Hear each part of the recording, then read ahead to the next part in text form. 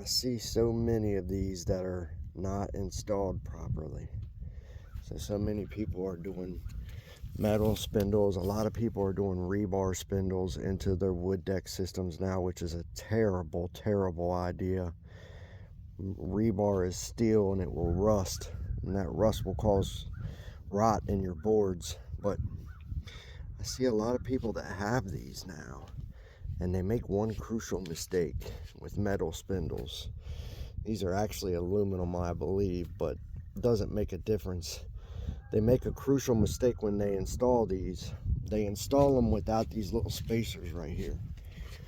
These little brackets. You see these little brackets? If you look closely, they have a lip on them.